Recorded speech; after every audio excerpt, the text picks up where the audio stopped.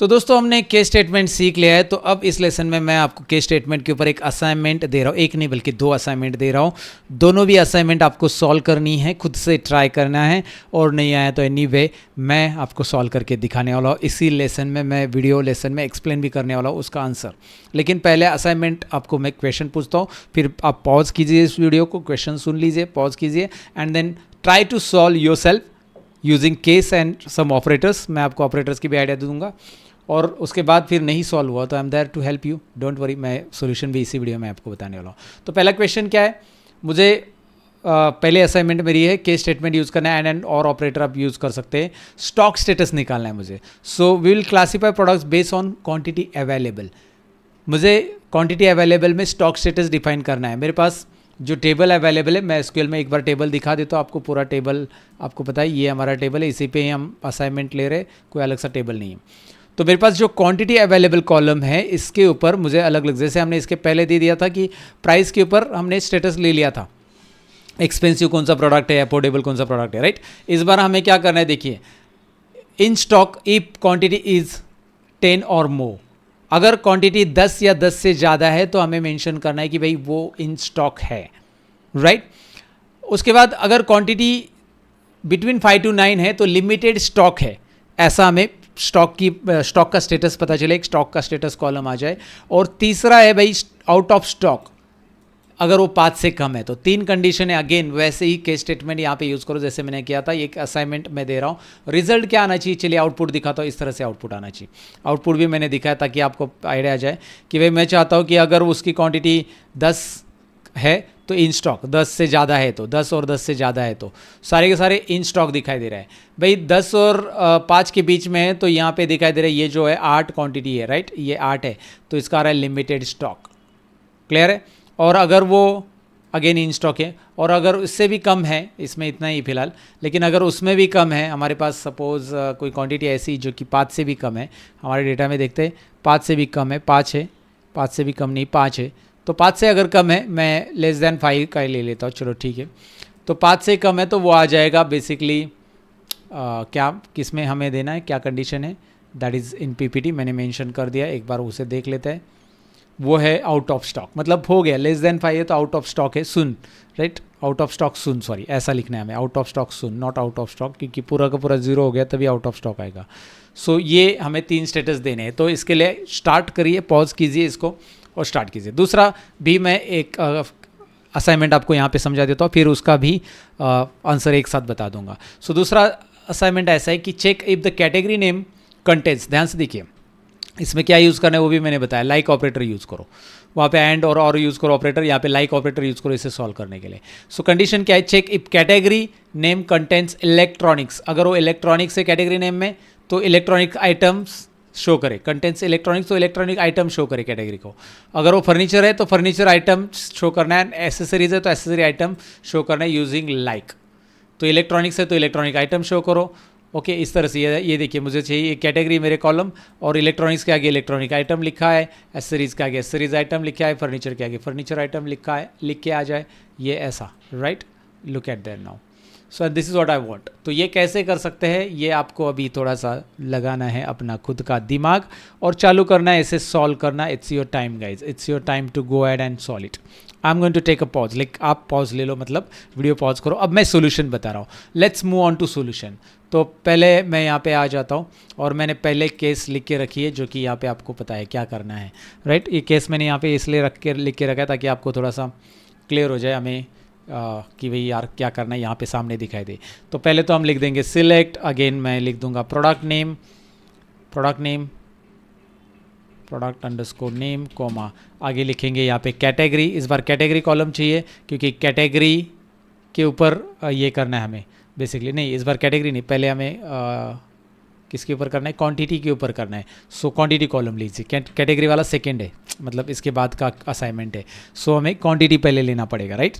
सो मैं क्वांटिटी ले लेता हूँ कॉमा, और उसके बाद ये 2 कॉलम लिखूंगा, प्रोडक्ट नेम और क्वांटिटी। उसके बाद मैं केस ले लूँगा, केस फंक्शन मैंने ले लिया। केस के अंदर कैसे केस फंक्शन लिखते हैं आपको पता है, व्हेन लिख देंगे, फिर लिखेंगे quantity greater than equal to 10, ये पहला कंडीशन रहेगा। देन क्या रहेगा, सिंपल है, आपको ऑलरेडी बता दिया है मैंने इसके बारे में। आप लिखोगे यहाँ पे इन स्टॉक, कैसे लिखोगे, राइट, इन्वर्टेड कोमा के अंदर। सेम आपको क्या करना है, फिर से आपको व्हेन स्टार्ट करना है और कंडीशन लिख देनी है। सेकेंड में कंडीशन ऐसे रहेगी, again quantity greater than equal to, suppose example के लिए अभी ग्रेटर देन इक्वल टू 5 ये ले सकते हैं, या ग्रेटर देन 5 ले लो, मतलब 5 से नीचे वालों को हमें ये करना है सपोज, तो ग्रेटर देन 5 ले लो। अगर आपने ग्रेटर देन इक्वल टू बोला, यहाँ पे क्या बोला है, लिमिटेड स्टॉक बिटवीन 5 to 9, चलो ठीक है, ग्रेटर देन 5 लेते हैं, मतलब 5 को नहीं कंसिडर करें। या फिर हम सपोज यहाँ पे इस बार हमें क्या बोला है उन्होंने, क्या यूज़ करने के लिए बोला था, एक बार क्वेश्चन में जाके देखते हैं। हमें ऑपरेटर में बोला था एंड और ऑपरेटर्स यूज़ करो, ठीक है, एंड तो हम यूज़ करने वाले यहाँ पे, बट एंड यूज़ करते हैं डायरेक्टली, हम ग्रेटर दैन से भी कर सकते हैं, लेकिन एक बिटवीन ऑपरेटर भी हम यूज़ कर सकते हैं इसके लिए। मैंने उसको भी बताया था आपको, बिटवीन सपोज आप ले लेते हो, बिटवीन सपोज ले लो, तो वहाँ पे भी एंड यूज़ होगा, बिटवीन 5 and 9, राइट, इस तरह से लिखोगे, देन ये भी चलेगा यहाँ पे। तो आप केस में बिटवीन भी ऑपरेटर यूज़ कर सकते हैं, तो वो मैं आपको दिखा रहा हूँ यहाँ पे। लिमिटेड, एंड भी यूज़ किया, बिटवीन भी यूज़ किया साथ में, लिमिटेड स्टॉक। एंड लास्ट में अगेन मुझे तीसरा कंडीशन है मेरे पास, मैंने पहले कहा कि आपके पास 3 कंडीशन है, तो 2 ही व्हेन लगेंगे और तीसरा एल्स में जाएगा, जिसे हम लग देंगे यहाँ पे out of stock, out of stock, ये आउट ऑफ स्टॉक, राइट, तीसरा एल्स में डाल देंगे हम, आउट ऑफ स्टॉक डाल दिया। अच्छा, उसके बाद क्या करना पड़ता है बताओ, केस को एंड करो, केस के लाइन में एंड लिखो, और उसके फिर बाद कॉलम का नाम लिख दो एज, भाई इसको नाम चाहिए हमें स्टॉक स्टेटस, हमें यही देना था नाम, okay. And let's go ahead and just type the closing statement from products table. Let me check it out, is there any spelling mistake or nothing at all, I think है, कहीं पे तो mistake है। 5 and हो गया, देखिए बहुत जल्दबाजी में टाइपिंग मिस्टेक हो ही जाती है, AMD हो गया था एंड की जगह, तो तुरंत एरर से तो पता चल गया, लेकिन रिजल्ट भी मिल चुका है। In stock, in stock, in stock, और आपको दिखाई दे रहा है लिमिटेड स्टॉक किसमें, 5-8 के बीच में, बाकी सब इन स्टॉक है। अच्छा, मैं एक काम करता हूँ, इसको 5 की जगह 6 कर देता हूँ, 6 करके इस क्वेरी को रन कर देता हूँ। व्हाट विल हैपन, एक आउट ऑफ स्टॉक सुन नाम लिखना चाहिए, out of stock soon, out of stock soon, okay, सुन ये ऐड करना पड़ेगा हमें, और इसको दोबारा रन करते, क्या हो गया, बहुत ज़्यादा सिलेक्ट हो गया, इसको छोटा कर लो, इतना ही सिलेक्ट करना है हमें, stock status out of stock वाला, ये देखिए अब आपको रिजल्ट मिल रहा है आउट ऑफ स्टॉक। कहाँ पे मिलेगा out of stock, you will come to know. और ये मिल रहा है लिमिटेड स्टॉक, और ये मिल रहा है इन स्टॉक। ये क्यों मिल रहा है उसका रीज़न आपको बताया। सो पहले असाइनमेंट का सोल्यूशन बताया। अब दूसरा असाइनमेंट हम केस की मदद से सॉल्व करेंगे। अब दूसरे असाइनमेंट के लिए दोबारा सारी चीज़ें नहीं लिखते, 1 मिनट ये कॉपी पेस्ट कर लेते ताकि टाइम सेव हो जाए हमारा। अब मैं केस लिखना चाहता हूँ, केस तो रहेगा, फिर यहाँ पे क्वांटिटी की जगह इस बार रहेगा हमारा कैटेगरी, राइट। दूसरे असाइनमेंट के लिए हमें क्वांटिटी में नहीं जाना है, कैटेगरी में जाना है, क्योंकि कैटेगरी कॉलम यहाँ पे रहेगा। सो कैटेगरी कॉलम ले लिया मैंने। केस के अंदर क्या रहेगा, देखिए केस के अंदर आपका यहाँ पे रहेगा क्राइटेरिया, कैटेगरी कॉलम का यहाँ पे रहेगा क्राइटेरिया, और यहाँ पे ग्रेटर देन लेस देन वगैरह नहीं रहेगा क्योंकि इसमें टेक्स्ट है। तो लाइक लिखेंगे, लाइक हम लिख देंगे इलेक्ट्रॉनिक्स, क्योंकि हमें इलेक्ट्रॉनिक्स के लिए देना है सपोज।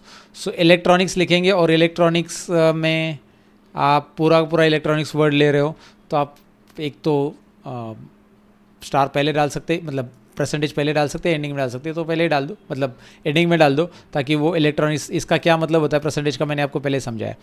तो मैंने एंडिंग में परसेंटेज अगर लिखा तो उसके पहले ये सारा इलेक्ट्रॉनिक्स है कि नहीं चेक करेगा वहाँ पे स्पेस के पहले, लेकिन एक ही वर्ड है वहाँ पे इलेक्ट्रॉनिक्स पूरा चेक हो रहा है, मल्टीपल वर्ड है ही नहीं है।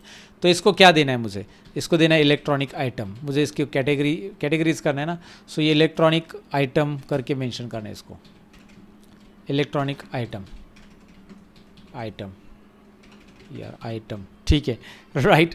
और उसके बाद सेम आप क्या करोगे, इस बार सेम ये पूरा कॉपी करो और सेकेंड वाले में पेस्ट करो। अब यहाँ पे कैटेगरी लाइक इलेक्ट्रॉनिक्स की जगह हमारे पास दूसरा कैटेगरी है फर्नीचर। ऊपर हमने क्लासिफिकेशन में भी लिखा है फर्नीचर, राइट। फर्नीचर है तो फर्नीचर कैटेगरी के लिए क्या रहेगा, फर्नीचर आइटम।